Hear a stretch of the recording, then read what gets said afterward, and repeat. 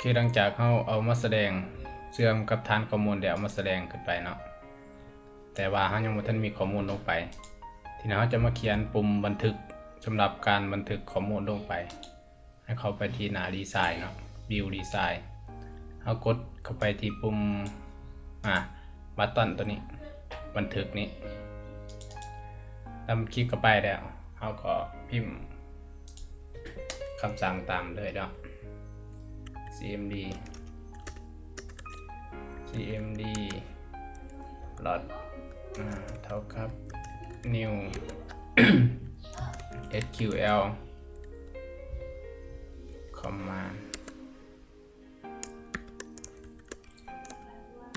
insert into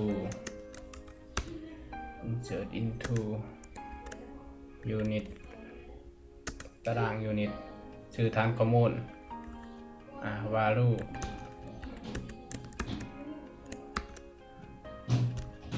ก็ add นี่ชื่อ field นะ field unit id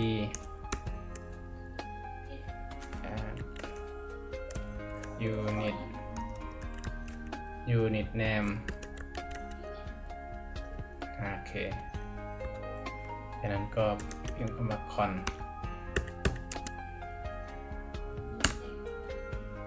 cmd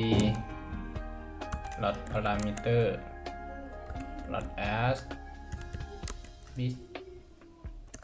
แล้วก็ add unit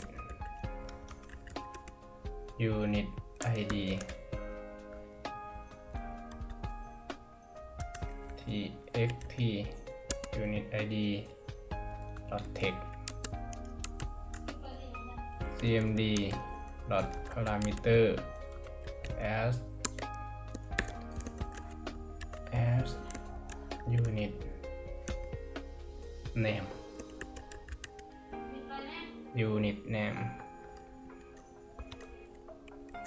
txt unit name text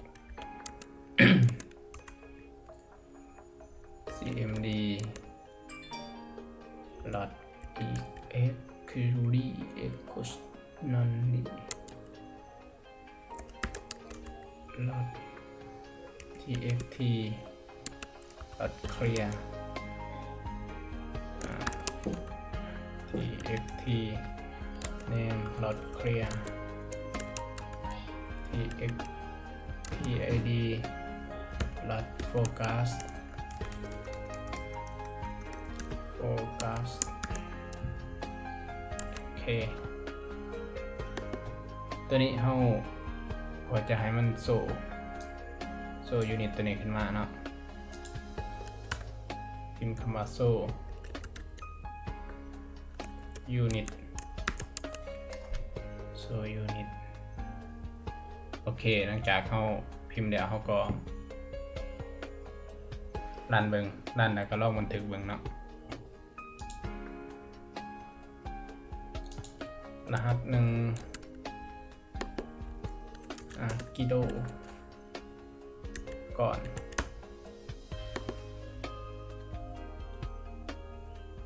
error information string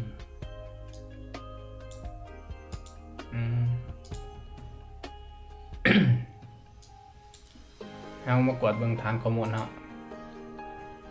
กวดเบิ่งฐานข้อมูลเฮาว่าได้อนุญาตให้ใช้จากฟิลเอ็นวาซาได้แต่2มันเกินเนาะเฮาก็มันบ่พอเฮาก็กดดีไซน์แก้ไขใหม่กดคลิกขวาดีไซน์เพิ่มเป็น200เนาะเพราะว่าเฮาลืมไปตอนเฮาพิมพ์โค้ดแล้วก็เซฟแล้วกด yes ถ้าผู้ใดกดเซฟบ่ได้ให้มาแก้ไขตัวนี้เด้อกด to ไป option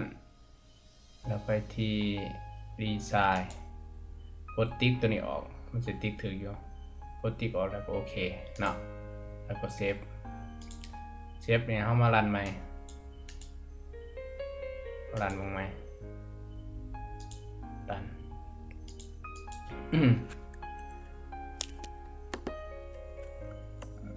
รหัสหนึ่ง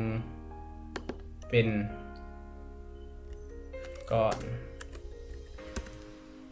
กดบันทึกลงไปละเอาบันทึกได้เนาะ2เป็นกรัมเดี๋ยวจะมาแก้ไขตัวปุ่มตัวนี้เป็นหูมืออันนี้เป็นหูบทสอนเนาะไปที่ดีไซน์เลือกปุ่มกดคอนโทรลค้างไว้แล้วเลือกเลื่อนหาคำว่าคือชื่อ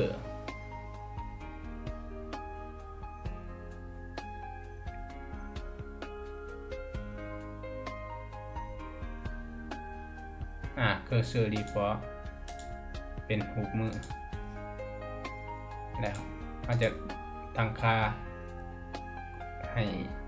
มีรากดแต่มันเดือนลงมาทีละสเต็ปนะตัวนี้เป็นที่1 index ตัวนี้เป็น2อาจารย์ก็มาปุ่มบันทึกเป็น3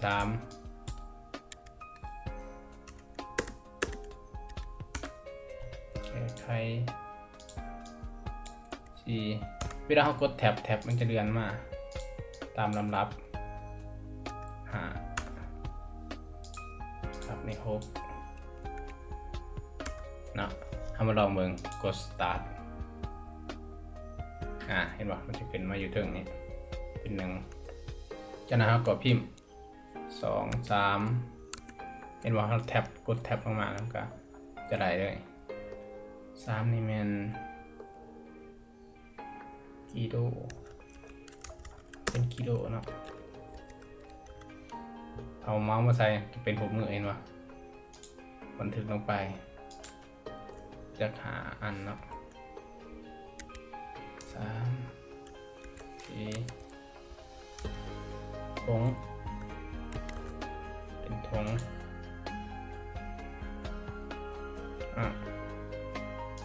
มีอันนี้อยู่นี่ขางอยู่เนาะมันบันทึกลงมันต้องเป็นตัวเด็กเท่านั้น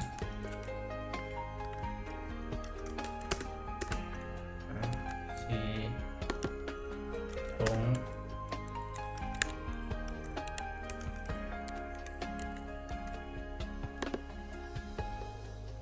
ก่อนทงการหัวอันนี้เป็นหัวหน่วยเนาะ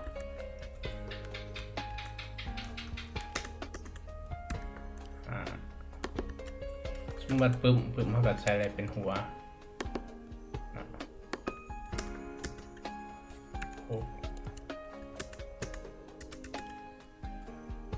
หัวกลางตามมิดก็เป็นกลางโอเคบันทึกไปจากหาคอลัมน์หาแถวเนาะลองเบิ่งวันนี้ตอนนี้เราเขียนปุ่มบันทึกแล้ววันนี้เราจะมาเขียนปุ่มแก้ไขเนาะวิดีโอต่อไปเราจะมาเขียนปุ่มแก้ไขเนาะสำหรับวิดีโอนี้ก็จบเพียงสำนี้เนาะขอขอบใจที่ติดตามวิดีโอเราจะคอยโพสต์ลงไปทีละหน่อยเนาะ